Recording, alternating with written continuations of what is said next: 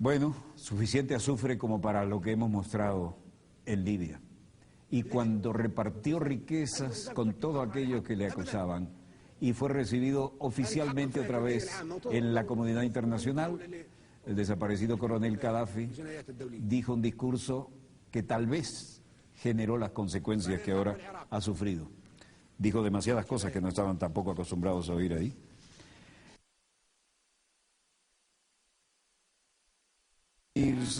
Y mancomunicar y comunicar sus esfuerzos para superar los desafíos que son nuestro principal enemigo común, el cambio climático, las crisis internacionales, el deterioro económico del capitalismo, la crisis alimentaria, la crisis del agua, la desertificación, el terrorismo, la inmigración, la piratería, las epidemias naturales y las epidemias causadas por el hombre, la proliferación nuclear. Tal vez la gripe H1N1 fue un virus creado en un laboratorio que quedó fuera de control y que originalmente se había concebido como un arma militar. Entre esos retos también cabe citar la hipocresía, la pobreza, el miedo, el materialismo y la inmoralidad. Como se sabe, las Naciones Unidas fueron fundadas 3 o 4 países. Ellos fueron los que la fundaron, que a la sazón estaban contra Alemania. Las Naciones Unidas fueron creadas por naciones que se unieron contra Alemania en la Segunda Guerra Mundial. Constituyeron un órgano denominado Consejo de Seguridad que convirtió a esos países en miembros permanentes y le otorgó el derecho de veto. Nosotros no estábamos presentes en ese momento. Las Naciones Unidas se configuraron de acuerdo con esos países que tenían la intención de que nos sumáramos a los planes originales. Esa es la esencia real de las Naciones Unidas cuando se fundaron hace más de 60 años. Eso sucedió en ausencia de unos 165 países a razón de 1 a 8. Es decir, 1 estaba presente y 8 estaban ausentes. Esos países redactaron la carta, de la cual tengo aquí una copia. Al leer la Carta de las Naciones Unidas, se puede constatar que el preámbulo de la carta difiere de sus artículos. ¿Cómo surgió la carta?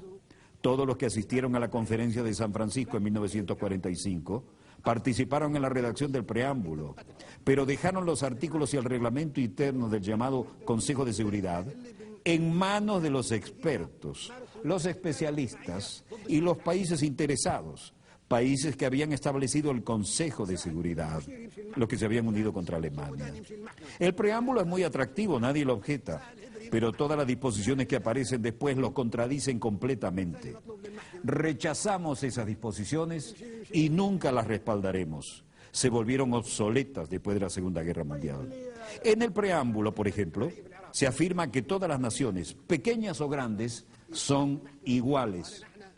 ¿Somos iguales en lo que respecta a los pueblos y en los puestos permanentes del Consejo de Seguridad? No, no lo somos. En el preámbulo se afirma por escrito que todas las naciones son iguales, sean pequeñas o grandes. ¿Tenemos nosotros derecho de veto? ¿Somos iguales? No.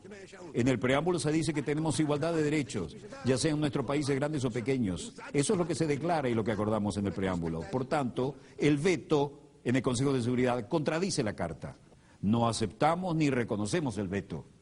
En el preámbulo de esta Carta se afirma que no se deberá recurrir a la Fuerza Armada, salvo en interés común. Ese es el preámbulo que acordamos y firmamos, y nos sumamos a las Naciones Unidas porque queríamos que esta Carta reflejara eso. Se indica que solo se recurrirá a la Fuerza Armada en interés común de todas las naciones. ¿Pero qué ha sucedido desde entonces? Han estallado 65 guerras desde la creación de las Naciones Unidas y desde la creación del Consejo de Seguridad. 65 guerras desde su creación, con millones y millones de víctimas, más que en la Segunda Guerra Mundial. ¿Acaso en esas guerras, así como la agresión y la fuerza se utilizaron en esas 65 guerras, responden al interés común de todos nosotros representados aquí? No. Esas guerras se llevaron a cabo en aras de los intereses de 1, 3 o 4 países, pero nunca de todas las naciones. Hablaremos acerca de si esas guerras respondían al interés de un solo país o de todas las naciones. Esto contradice de manera flagrante la Carta de las Naciones Unidas que firmamos. Y a menos que actuemos de conformidad con esta Carta de las Naciones Unidas que acordamos, lo rechazaremos y no temeremos hablar con nadie en términos que no sean diplomáticos. Ahora hablamos del futuro de las Naciones Unidas. No debe haber hipocresía ni diplomacia, porque se trata de la cuestión importante y vital del futuro del mundo, del planeta. La hipocresía dio lugar a estas 65 guerras que han estallado desde la creación de las Naciones Unidas. Si un país, Libia, por ejemplo, agrediera a Francia, entonces la organización entera respondería porque Francia es un Estado miembro soberano de las Naciones Unidas y todos compartimos la responsabilidad colectiva de proteger la soberanía de todas las naciones. Sin embargo, se han emprendido 65 guerras de agresión sin que las Naciones Unidas hayan hecho algo por impedirlas.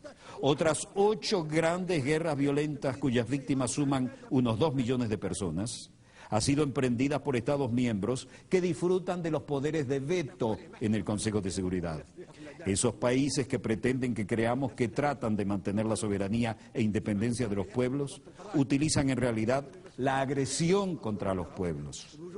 Ingresamos a las Naciones Unidas porque pensamos que éramos iguales, solo para comprobar que un país puede objetar todas las decisiones que adoptemos todos en la Asamblea General.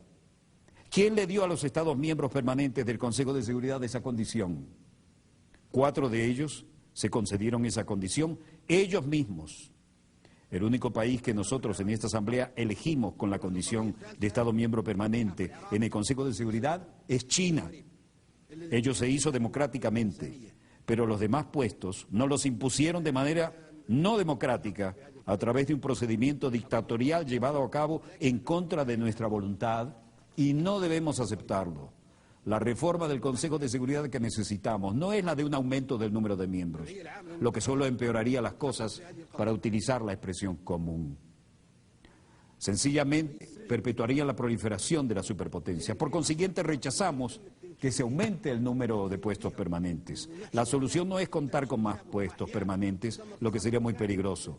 Aumentar las superpotencias aplastaría a los demás pueblos de los países pequeños, vulnerables y del tercer mundo, que se están agrupando en lo que denominamos el grupo de los 100. 100 países pequeños que se unen en un foro que un miembro ha denominado el Foro de los Países Pequeños. Eso es parte de lo que dijo.